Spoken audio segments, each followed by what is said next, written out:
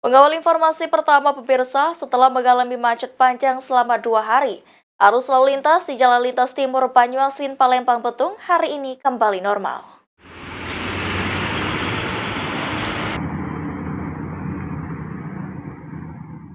Kemacetan panjang yang terjadi di sepanjang Jalan Lintas Timur Kabupaten Banyuasin mulai dari KM 14 hingga Simpang Tugu Poluan Betung berhasil diatasi oleh jajaran Polres Banyuasin.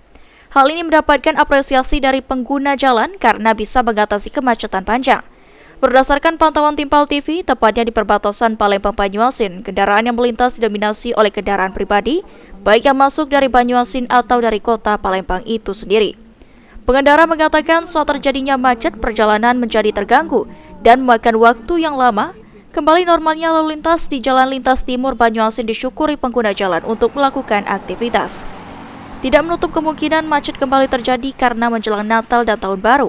Diharapkan agar pihak kepolisian untuk tetap memantau titik rawan kemacetan untuk mencegah kemacetan tidak terjadi menjelang Natal dan Tahun Baru. Kemacetan ini perjalanan jadi terganggu nih enggak? Yang awalnya ke Palembang itu cuma sejam kan, ini jadi 2 jam, 3 jam, bahkan lebih kak. Tapi hari ini pacak di Jingwal ADW agak normal kak, bahkan normalnya berkat bantuan dari kepolisian. Tapi juga kak tidak menutup kemungkinan macet ini bakal balik lagi karena adanya liburan Natal dan Tahun Baru.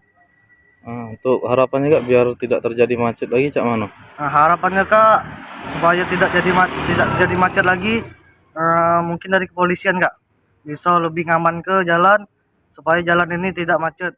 Ridho Ilahi, PAL TV.